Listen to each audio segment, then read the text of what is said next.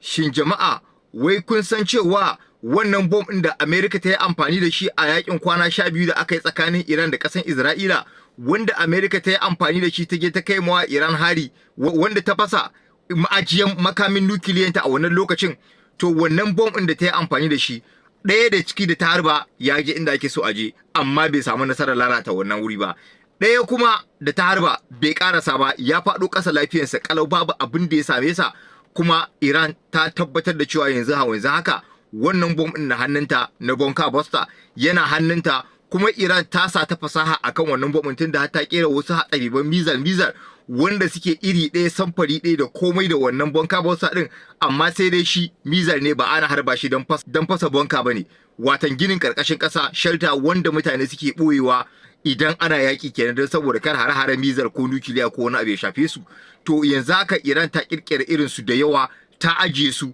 don tanajan wannan yaƙi da ke zuwa. Me yasa Amerika ba ma bamanta wasu lokacin idan ta harba rocket ɗinta ba sa ƙarasa suke faɗuwa a daji? Haka aka yi wanda aka kai mawa Najeriya hari a Sokoto, wannan bom wasu sun kai inda ake so su je, wasu kuma sun faɗa a daji ba su ƙarasa ba. To wai wani fawa kenan, amma makamanta ba sa ƙarasa suke faɗuwa a ƙasa. Makamanta ba sa faduwa idan ta harba 10 da wuya guda 7 su je wurin, gabaki ɗaya kusan sauran zubewa za su yi su fada a daji, kuma maƙiyanku su tsinta wannan abun, kuma su je su kisa ta basira, su kera abubuwa da su ƙara maida muku martani akai. Wanda Benjamin Netanyahu shi ya kira ƙasar Amerika ta taimaka, shi bai da wannan makamin da zai iya kai ma Iran hari zuwa za a je a fasa wannan inda makamin nukiliyan ƙasar Iran yake. To a wannan lokacin ya kira ga Amerika, ya ce Amerika ne kawai take da wannan bom ɗin, kuma Amerika ne kawai take da wannan jirgin da zai ɗauki wannan bom, watan B2 bomba kenan. To bayan ya yi kira Amerika ta kai hari, kuma gashi yanzu abin ya koma kan Amerika, tunda Iran ta sama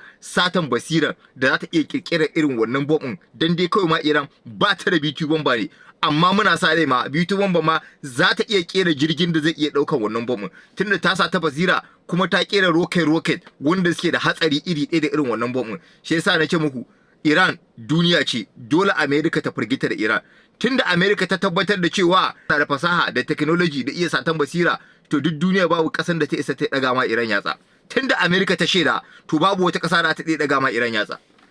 Amerika ta shaida, ta ce ta san cewa Iran tana da fasaha da basira, kuma tana da kere-kere, amma dai Amerika ta fita. To ga kenan ita kanta Amerika ta tabbatar da abin da ke faruwa.